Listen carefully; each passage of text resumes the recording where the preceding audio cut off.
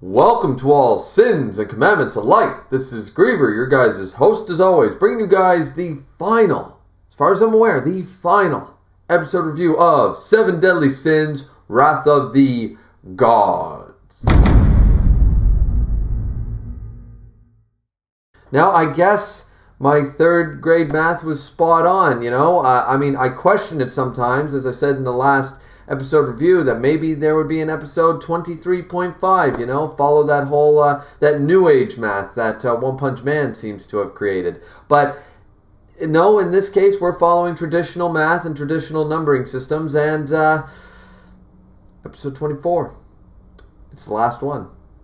I wasn't really thinking about that or aware of that when I was watching the last episode, but while watching this episode, it became painfully obvious that this would be the end. Or is it really painful? Is this more like just ripping off the Band-Aid and finally being done with it? Well, there's a lot to unpack here, ladies and gentlemen, so let's go through it. I saved quite a few screenshots so I didn't forget anything. Where this is the final episode, there's quite a bit to, I guess, talk about, to unpack, because they load a bunch of stuff into this episode. I don't remember it being this fast-paced in the manga, but of course this is trying to tie up where all the characters are, where everybody is, and have like one good ending moment. Right off the beginning of this episode, we start with Estarossa as a young child, apparently in this golden field, and Elizabeth was comforting him and stuff, and they talk about his brother, and they talk about, all this stuff.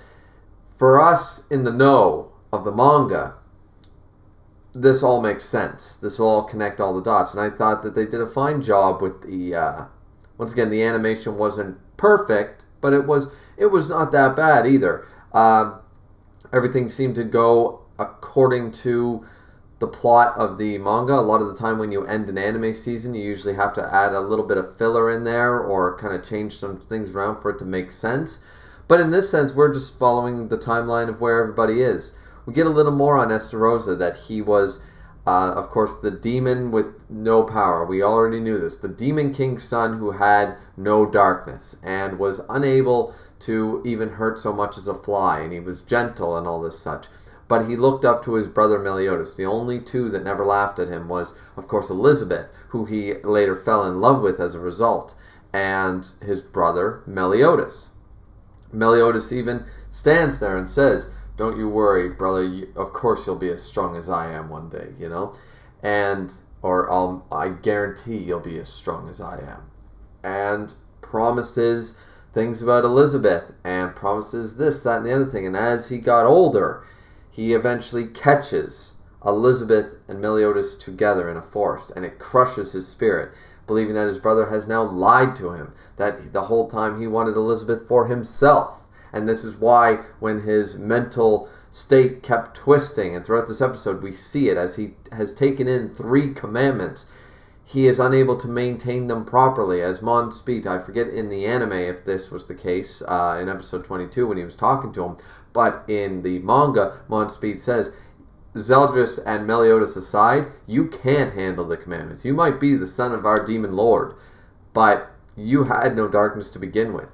The commandment is the only reason you have any strength at all. Were you to take in multiple commandments, like Zeldris or Meliodas could, it would rip you apart. And we're seeing that here. He's slowly losing control of his body. He's double-overing in pain. The darkness is consuming him. He can't seem to control his power. He has moments of clarity, other moments where he thinks he's Meliodas, other moments where he doesn't even know where he is. He's all over the map here. And this is a big thing, because it was actually handled quite well, the madness that is seeping into Esterossa's character here. He seems to believe, how did this all come about? How did this all happen? We don't get the answers in this episode or even in this season.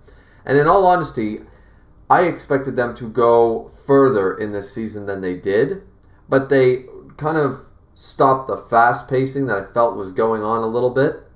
They seem to have stopped the fast pace that they were going at in the anime and started to slow down a little bit. And in that way, where it's 24 episodes, I don't really think they had enough time to cover all the bases without hurrying it along and making it feel rushed. So, in all honesty, I don't mind how they went about this episode, because after that, before I forget, we have the return of the Knights of RuneScape. We have the return of the 3D Knights of RuneScape, the greatest army of Leonis, commanded by the great Holy Knight Hauser, right? So, wanted to have to give our ode to the great Knights of RuneScape. Now, looking at this, there was a few other things to go over. The cocoon art, though it was a still image, it did look quite well. They seemed to put a little more effort. Of course, this being the final episode, any budget they had left, they could utilize here. There was a few shots here and there that looked quite good, especially the cocoon. The cocoon art was done quite well. The one that Meliodas is inside while he absorbs, I believe, right now it's 5 of the commandments, I believe, is what he's absorbing right now. He's absorbing at 4 to 5 of the commandments. He has Zeldris, Gloxinia, Droll. He doesn't have Estarosa's. Trying to think. Oh, he stole Grey Roads or Melisuklas, so that's 4. Trying to think about where are the other ones. Anyways, that's beside the point. So he has done all this. Oh, he had Fraudrins, didn't he? He had Fraudrins. I believe that's the one. So right now Meliodas is absorbing 5 of them. And there seems to be no rejection and stuff. And while Chandler, Cusack, and Zeldris look on. Once again, I have to appreciate the art when it's there because it's been so lackluster in this entire season. One of the most controversial seasons, I believe, in anime in a very, very long time. What else was there to follow? The past. He continues to grasp after Elizabeth. The design of Estarosa with the bleeding darkness down his eyes and blacking out his eyes and stuff looked very cool. Elizabeth eventually just agrees to go with Estarosa if he stops hurting everyone. And she heals everyone that has tried to help, and then they take off. After this, we get the final forms, I should say. The real forms that we saw back in the Holy War past arc with King and Deanne. We see the forms of the Archangels Sariel and Tarmiel, respectively. Sariel's body grew up into a very adult woman. Actually, not bad waifu material right there. Not bad.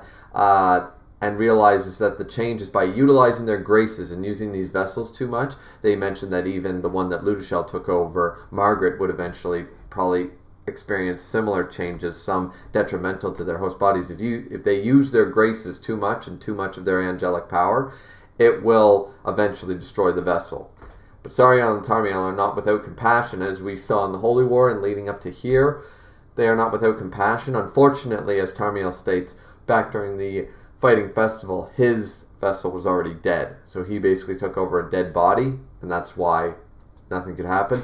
The young troubadour Solacede was a young little girl with an incurable illness, young troubadour, or a bard, if you would.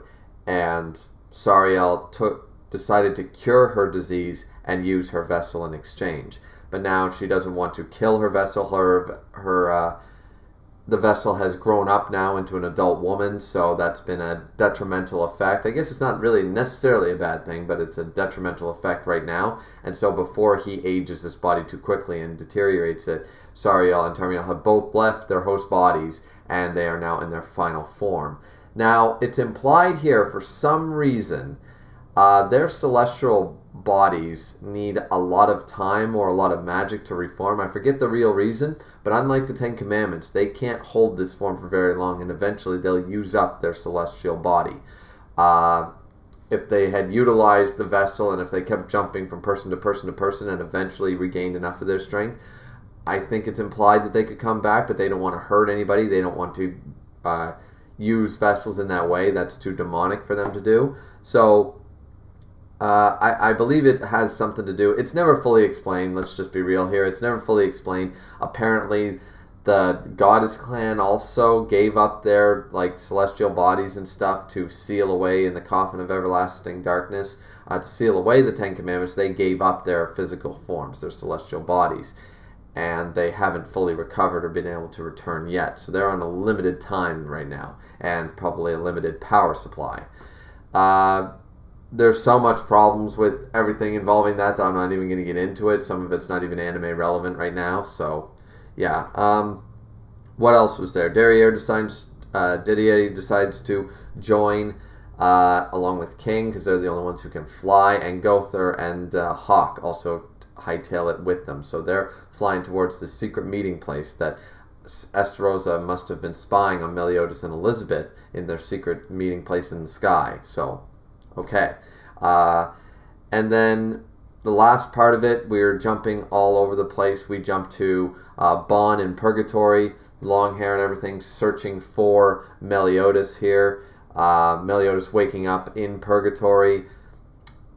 Sanctuary being used, or I should say Nehru's Love from Legend of Zelda is used here by Ludishel to pierce the globe of darkness that surrounds Meliodas and Camelot in the cocoon, so that they can go in for the big 6 fight.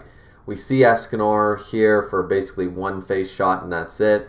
That's a little disappointing, but they have to end the series at some point, and hopefully it might be a blessing in disguise. If we do get a season 4, which I have heard rumors, some people say it's confirmed, some people say it's a typo. Either way, if we do get a season 4, hopefully we have a studio with a better budget and more time and all that such, and better animators, so that the next time we see Escanor in action, it's that sweet, add that salt, it's that sweet seasoning added to that perfect meal, right? So, yeah, what else was there? What else? Meliodas wakes up in Purgatory, I believe I said that. We see the shadow of a shadowy figure of Purgatory. Who could that be? And it basically ends off with, of course, the Battle of Six about to start. There are following, I believe it's called the Goddess Theater, or the Holy Theater, or something like that. That castle in the sky that Estarossa and Elizabeth are going towards. The soundtrack here at the end was quite good too, involving all that.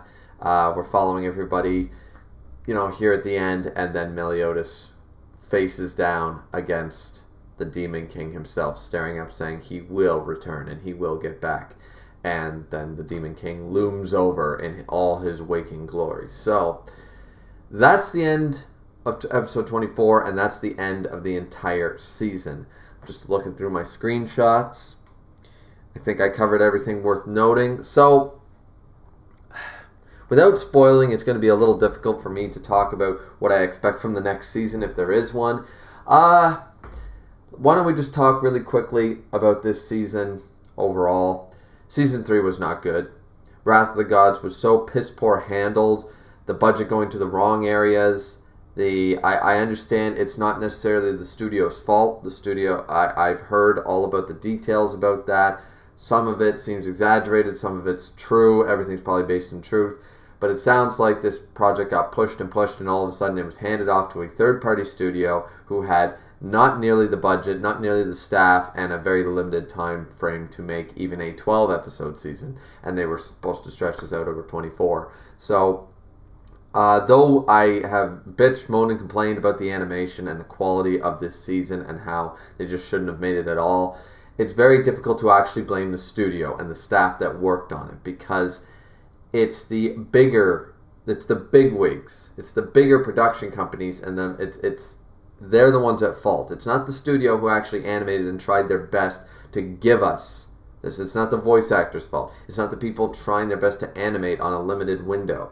It's the bigwigs who thought yep, and signed off on it and kept going ahead, giving no time or time of day or reasons or money or anything like that to the actual staff that worked on it. So I think we all need to agree that we need to take a step back and recognize that and just say, you know what, I can't really blame the studio in that way. I can blame the people who own the studio, the people who said, yeah, we can do this, or whatever bigwig made these foolish decisions and said, yeah, we can take this on, yeah, this can be done, and whoever greenlit this with such a limited staff and money and window is ridiculous. But outside of that, they tried their best. Some scenes did not look absolutely dreadful, we can say. It's just really unfortunate, because after the next half here, this is where we're starting to get into where Taizai as a story started to falter and started to slowly go downhill. Not right after this point, But if we do get a season 4, it'll be easily around the halfway point where the story really started to drop off. We still get some great moments ahead of us for season 4, so if it's well handled and well animated, unlike this season, then I'm looking forward to at least the first half of season 4, as long as it's well paced and well animated and stuff. That'll be fantastic. It's just such a shame that such a great chunk and a great part of the Seven Deadly Sins story had such a poor anime adaptation. But overall, yeah, let's just call a spade a spade. This was not good. This was not fire. And I just hope that they recognize their mistakes and somebody somewhere in the higher-ups realizes we can't pull that shit again for season 4. So I pray that that's the case for season 4. What did you guys think of the last episode? What did you guys think of the Seven Deadly Sins, Wrath of the Gods? I know there was a lot of hate. It's one of the most controversial things. It was one of the worst anime adaptations I have ever seen. But at this point, I've said all my pieces across 24 different videos now about what I feel about this. And it's just time to stop beating that dead horse. So hopefully season 4 does come. Hopefully it is good. That's all I have left to say. Like, comment, and subscribe, ladies and gentlemen. Always appreciated and all that jazz. Don't forget, if you guys want to join the Discord, it's in the link in the box down below. You'll also be notified every single time I drop a video on YouTube if you do join that Discord. I know we still have bell notifications on YouTube, but this is just another way to make sure you don't miss a single live stream and or upload of mine on my YouTube channel. So thanks guys so much for watching. Very much appreciated.